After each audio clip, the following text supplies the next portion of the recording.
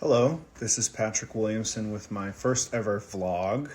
The purpose of this video is to use a CRAAP test, C-R-A-A-P test, in order to evaluate the overall effectiveness as far as using for research purposes, maybe in my master's class, of an article or website of my choosing. So I was able to find a peer-reviewed scholarly article through the Tuareg Library. The article's title is Media Literacy for Elementary Education Students, an Inquiry into Fake News.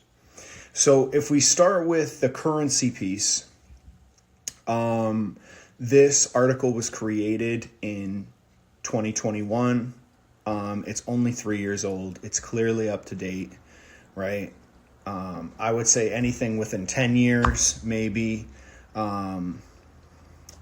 For overall, the increase in fake news, we're going to want something probably within the last 5 years, so 3 years is perfect. The next letter is relevance. Sorry, as I go to my computer. So relevance, I think the audience is generalized here, as should a scholarly article be, right? The source is peer-reviewed. It uses a variety of sources. Overall, it was generally easy to read. As far as a lot of the scholarly articles I've read before, they can be a challenge. I found this one to be relatively easy to read. If I were to guess on any type of audience, I might say teachers, because it is about upper middle school students. So that leads me to the first A, which is authority. The authors, there are two authors of this article, Isabella DeJesus and Janie Hubbard.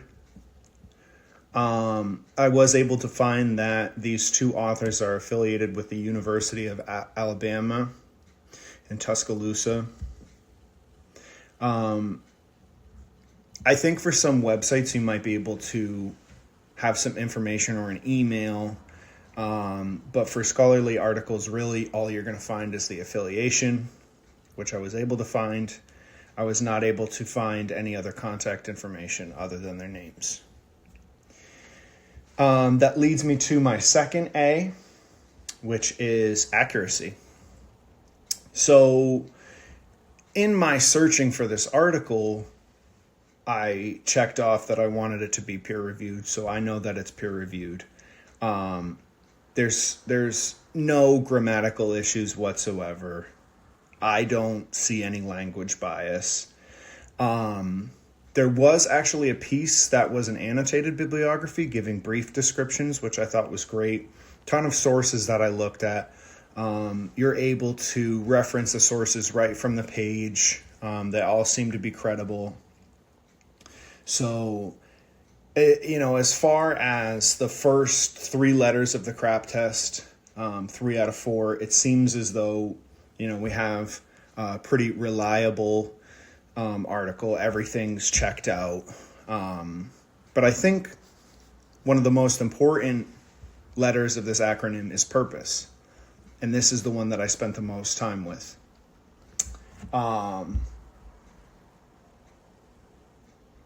So there's clearly a purpose in this. There wasn't a results page.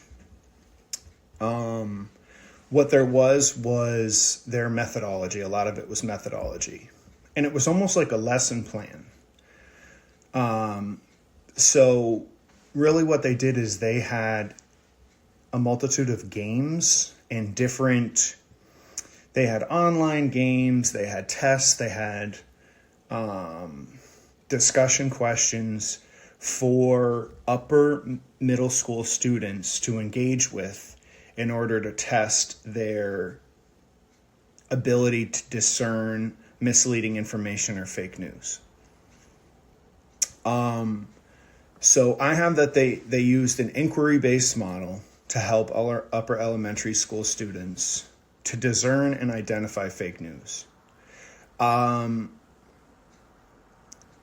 be honest, I do think that there could be some political bias given the fact that the Republican Party is primarily releasing fake news from what I understand, but I didn't find any political references in there, which was great.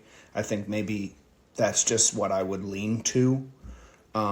Maybe speaking to Democrats, I'm not sure. As far as the wording, though, there was no bias within the words. It's just maybe something that you could infer. Again, the article was written basically as like a lesson plan. It went over the discussion questions. I thought that was awesome. To inquire into fake news. So if I were going to say, I mean, clearly this is in a scholarly article.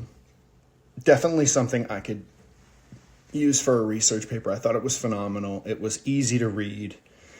I was able to get all the information through the CRAAP test in order to determine whether or not it was something worthwhile going forward in this. I think the CRAAP test is phenomenal, and I think it's something I'm going to use moving forward in my degree. Thank you for listening.